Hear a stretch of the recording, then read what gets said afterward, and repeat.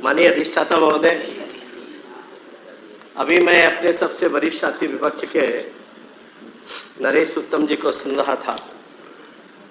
वैसे तो देखने में बहुत सरल और सज्जन लगते हैं और इनकी समझ भी हमको काफ़ी अच्छी लगती है। जब कहीं मिलते हैं तो बहुत सारी शुभकामनाएं देते हैं, लेकिन बढ़ते हुए उत्तर प्रदेश और बदलते हुए उत्तर प्रदेश को इनसे देखा नहीं जा रहा है। ये देख करके मुझको बहुत आश्चर्य हुआ है। माननीय अधिष्ठाता महोदय, आप कल्पना करके देखिए कि 24 जनवरी 1950 को उत्तर प्रदेश बना था और 24 जनवरी 1950 से लेकर के 2017 तक की यात्रा, और उस यात्रा में एक किसानों की बात को अभी शुरू में खड़े होते ही इन्होंने किसानों की बात कही। कृषि और किसान का समुचित और चतुर्दिक विकास और उनकी सभी समस्याओं का समाधान अगर किसी ने किया है तो 2017 से लेकर के और 2022 के बीच में उनका समाधान किया गया। भारत की सरकार ने और उत्तर प्रदेश की सरकार, दोनों सरकारों ने मिलकर के जिस तरीके से किसानों की समस्या का समाधान किया, उसका एक बड़ा उदाहरण मैं आपके समक्ष आदरणीय अधिष्ठाता महोदय रखना चाहता हूं। अधिष्ठाता महोदय, 2007 से लेकर के 2017 तक 10 सालों में दोनों सरकारों ने मिलकर के, सपा और बसपा की सरकार ने मिलकर के 1,25,000 हेक्टेयर जमीन अतिरिक्त सिंचन क्षमता उत्तर प्रदेश में बढ़ाई थी। और मान्यवर, ये 1,25,000 हेक्टेयर दोनों सरकारों ने जो बढ़ाया था वो केवल ट्यूबवेल के माध्यम से बढ़ाया था। किसानों के खेत तक पानी पहुंचाने के लिए कोई व्यवस्था दोनों सरकार नहीं कर पाई।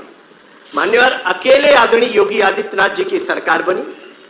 1971 और 72 में जो परियोजना बनी थी, केवल 78 करोड़ की जो परियोजना, सरयू परियोजना थी। मान्यवर, जब मैं यहां पर विधान परिषद का सदस्य बन करके आया था 2012 में, तो सबसे पहले उसी परियोजना के बारे में मैंने यहां पर प्रश्न लगाया और मैंने पूछा कि ये परियोजना कब तक पूरी होगी। 78 करोड़ की परियोजना मान्यवर 9,800 करोड़ तक पहुंच गई और 78 करोड़ की परियोजना जो 71 और 72 में शुरू हुई थी, उस परियोजना को पूर्ण करके 9 जिलों को, गोंडा, बलरामपुर, बहराइच, श्रावस्ती, संत कबीर नगर और गोरखपुर, महाराजगंज, सिद्धार्थनगर के खेतों तक पानी पहुंचाने का काम पहली बार किसी सरकार ने किया तो आदरणीय योगी आदित्यनाथ जी की सरकार, भारतीय जनता पार्टी की सरकार ने किया।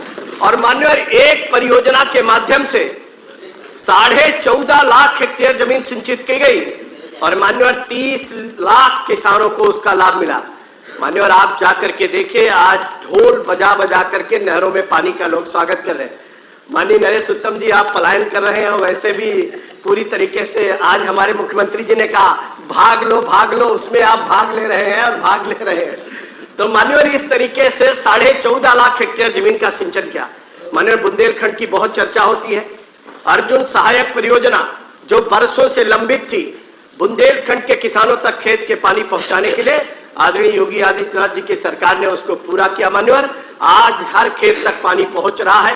बाढ़ सागर परियोजना पूरा किया, बंडई परियोजना पूरा किया, पथरई परियोजना को पूरा किया, मान्यवर बुंदेलखंड के लहुचुरा परियोजना को पूरा किया। आप जाकर के आज पूरे बुंदेलखंड के देखे तो पानी पानी कर दिया मान्यवर। और इस तरीके से 21,42,000 हेक्टेयर जमीन को सिंचित करने का काम आदरणीय योगी आदित्यनाथ जी की सरकार, भारतीय जनता पार्टी की सरकार ने किसानों के खेत तक पानी पहुंचाया।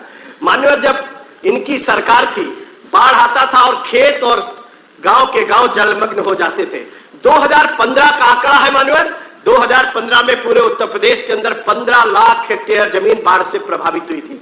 मान्यवर, आदरणीय योगी आदित्यनाथ जी की सरकार आई और उनके नेतृत्व में उत्तर प्रदेश ने अद्भुत कार्य किया। नदियों के चैनलाइज करके उनकी धाराओं को बदल दिया, बाढ़ के बहुत सारे काम किए। मान्यवर, 24 जनवरी 1950 से लेकर के 2017 तक बाढ़ के काम का कभी आज तक लोकार्पण और शिलान्यास नहीं हुआ। पहली बार आदरणीय योगी आदित्यनाथ जी की सरकार ने उसका शिलान्यास भी किया, लोकार्पण भी किया और उसका प्रतिफल यह हुआ कि 15 लाख हेक्टेयर जमीन जो बाढ़ से प्रभावित होती थी वो घट करके मान्यवर 12,000 हेक्टेयर पर आ गई। आप कल्पना करिए कि मान्यवर किसानों को कितना बड़ा लाभ हुआ। मान्यवर, हर बंधे पर सीसीटीवी कैमरा लगाया गया, अद्भुत परिवर्तन देखने को मिला।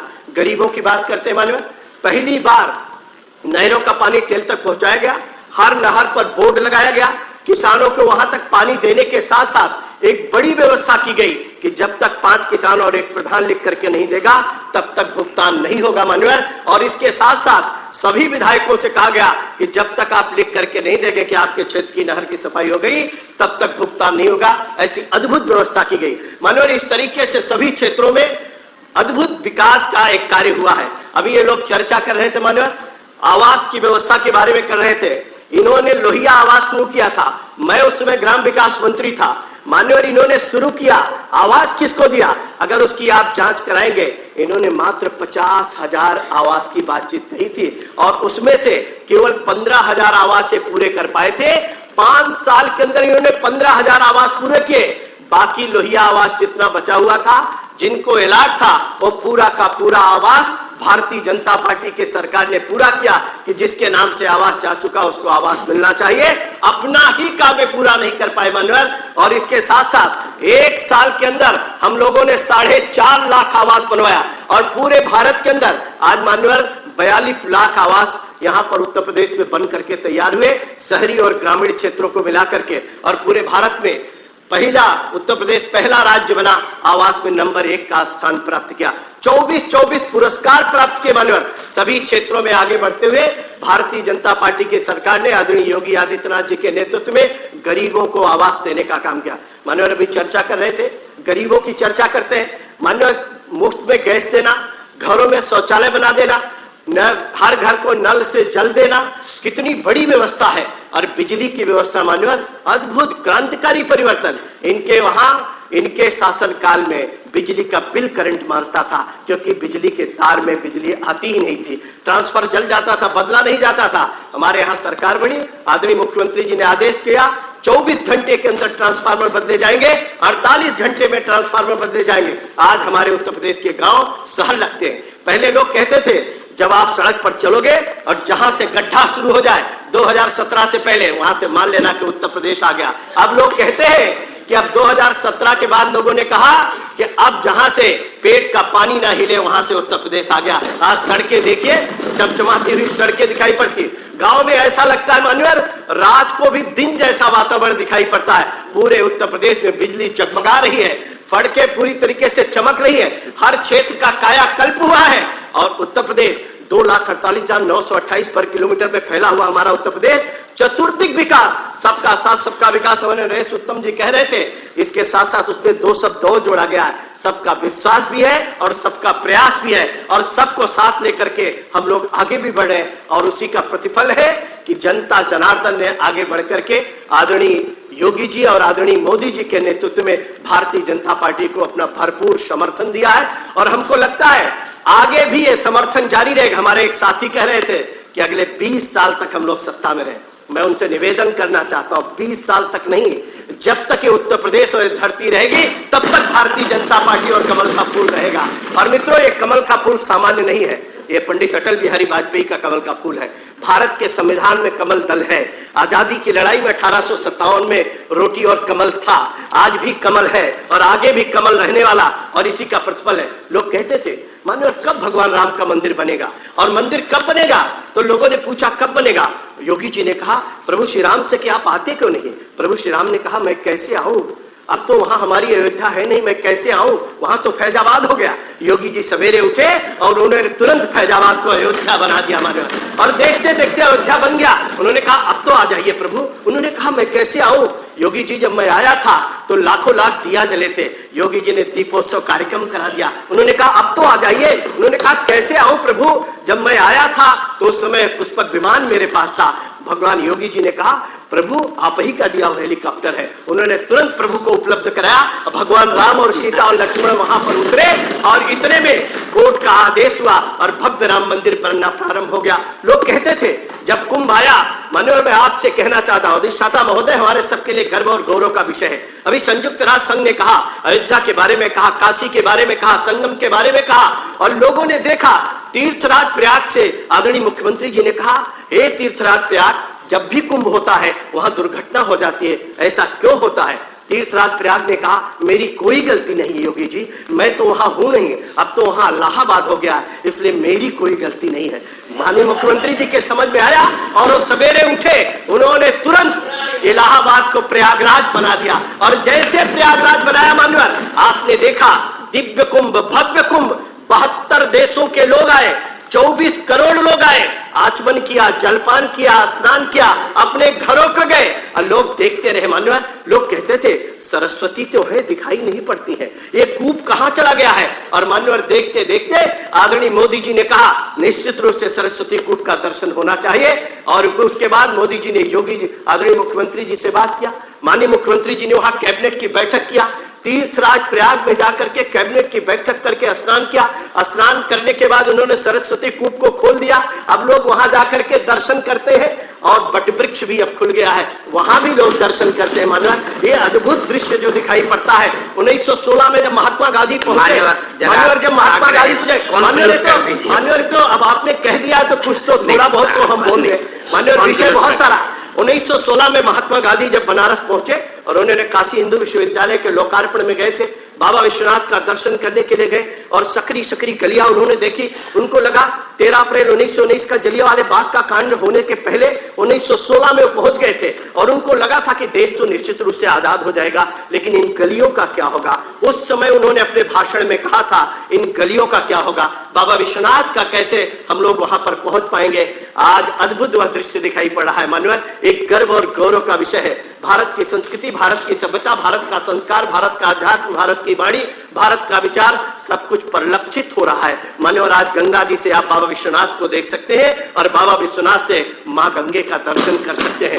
मां विंध्यवासिनी साक्षात विंध्याचल में निवास करती है मान्यवर, लेकिन चलने के लिए, दर्शन करने के लिए, स्नान के घाट तक पहुंचने के लिए कोई रास्ता नहीं था। आज मां विंध्यवासिनी को देखिए, बौद्ध सर्किट देखिए, जैन सर्किट देखिए, राम सर्किट देखिए, कृष्ण सर्किट देखिए, दीपोत्सव देखिए, होलीत्सव देखिए, बाबा विश्वनाथ को देखिए और इससे लगता है कि मेरा उत्तर प्रदेश बदल रहा है और तेजी के साथ आगे बढ़ रहा है। इतना ही नहीं मानो, आर्थिक दृष्टि से उत्तर प्रदेश आज देखिए हमारे दूसरे स्थान पर पहुंच गया। पूरे ईज ऑफ डूइंग बिजनेस में तेजी के साथ आगे बढ़ रहा। रोजगार के दृष्टि से हम लोग आगे बढ़ रहे। बेरोजगारी का दर घट घट के 2.3% पर पहुंच गया मान्यवर। हर क्षेत्र में चतुर्दिक विकास उत्तर प्रदेश का हो रहा। इतना नहीं, कानून का राज्य अगर देखना हो, भारत के सभी राज्यों के लोग कहते हैं और दुनिया के लोग आज कह रहे हैं मान्यवर। संयुक्त राष्ट्र संघ में भी बातचीत हो रही, ऑस्ट्रेलिया का सांसद भी योगी जी का तारीफ कर रहे, विश्व स्वास्थ्य संगठन भी कह रहा सबसे अच्छा प्रबंधन अगर कोरोना में किसी ने किया तो उत्तर प्रदेश सरकार ने किया, योगी आदित्यनाथ जी ने किया मान्यवर। सभी राज्य कहते हैं मुख्यमंत्री होना चाहिए तो योगी आदित्यनाथ जी जैसा होना चाहिए मान्यवर। कल्पना के परे है। लोगों को लगता है आज सीना चौड़ा करके देश के अंदर कहीं पर जाइए। और इसके पहले 2017 से पहले क्या होता था मान्यवर, आपको मैं याद दिलाना चाहता हूं, मैं भी यहीं पर रहा हूं, बस देखा मान्यवर। इसी चौक से लोग चले थे नंगी तलवारें दोनों हाथों में लेकर के, गाड़ियों को तोड़ते हुए और गांधी की प्रतिमा तक आए थे मान्यवर। कोई उनको रोकने वाला नहीं था। मुजफ्फरनगर का दंगा हो, मऊ का दंगा हो, आजमगढ़ का दंगा हो, प्रयागराज का दंगा हो और आपने फैजाबाद अयोध्या का दंगा हो मान्यवर, कोशी का दंगा हो, मथुरा का दंगा हो, मथुरा के बाद का कांड हो, पूरा उत्तर प्रदेश लहूलुहान हो गया हो, सैकड़ों दंगे हो रहे हो, अराजकता जैसा वातावरण हो, चारों तरफ अफरा तफरी का माहौल हो। अभी बातचीत कर रहे कलुआ करो बदायूं में किस तरीके से ट्रैक्टर घुमा करके लोगों को मारा मान्यवर, किडनी निकाल करके बच्चों की बेच ली गई, किसके सरकार में हुआ मान्यवर। किस तरीके की परिस्थितियां उत्तर प्रदेश में बनी हुई थी।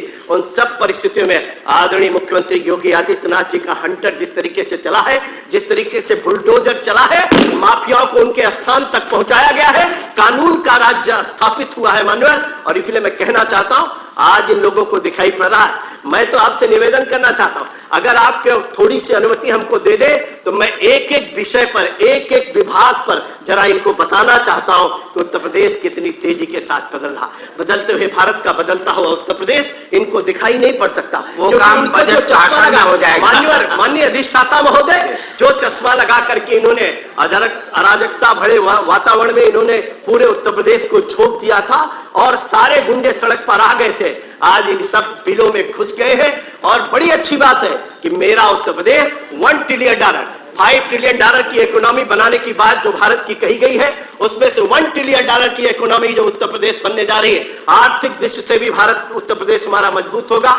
किसानों की दशा पूरी तरीके से सुधर रही। मान्यवर, मैं किसानों के बारे में बहुत कुछ बोल सकता हूं मान्यवर, अगर आपकी अनुमति हो तो 2-3 बातें मैं जरूर किसानों के बारे में। समय नहीं अनुमति दे रहा है, मैं आपके आदेशों का अनुपालन करूंगा। लेकिन मान्यवर, किसानों के हर क्षेत्र में हमारे दीपक भाई एक क्वेश्चन लगाए थे, अब दीपक जी पूछ रहे थे, इनसे मैं पूछना चाहता हूं, 2004 में जब पंडित अटल बिहारी वाजपेयी ने भारत की सत्ता छोड़ी और कांग्रेस की सत्ता आई थी मान्यवर, 8.6% जीडीपी छोड़ करके गए थे और मनमोहन सिंह जी 4.5% छोड़ करके गए थे। और कृषि विकास दर क्या थी मान्यवर?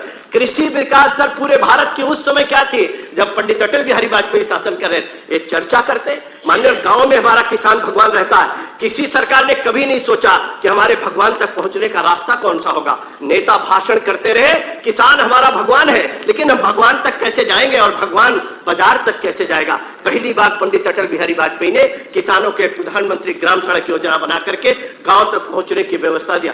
मान्यवर, कभी नहीं सोचे किसानों के बारे में, आज किसानों की चर्चा करते हैं। जिनको अगर पूछ लिया जाए, मैं इनको तो कल से मैं सोच रहा था, क्योंकि मैं बोल नहीं सकता था बीच में मान्यवर, लेकिन आप बताइए, अगर राहुल से पूछा जाए जौ की बाल और गेहूं के बाल में अंतर क्या है, अगर उनसे पूछा जाए, अगर सोयाबीन रख दो आप और सोयाबीन रख दीजिए और आप वहीं पर बगल में बरसीन रख दीजिए और सोया और बरसीन के बारे में अंतर पूछ लीजिए, बता नहीं सकते। मकई, सावा, मकरा जो जानता ना हो, जो खेत की मेड़ देखा ना हो, और वो लोग और उनके दल के लोग किसान की चर्चा करते हो, कैसी विडंबना है मान्यवर। आज तो नरेंद्र भाई मोदी ने किसानों की कितनी चिंता, किसान सम्मान निधि समापन कर दीजिए मान्यवर, हर तरीके का विकास हो रहा है। उत्तर प्रदेश तेजी के साथ बदल रहा है, भारत की आर्थिक दशा के साथ कदम से कदम मिला करके चल रहा है। सभी योजनाओं में मान्यवर उत्तर प्रदेश नंबर 1 के स्थान पर है और भारत के जितने भी राज्य हैं आज उदाहरण ले रहे हैं।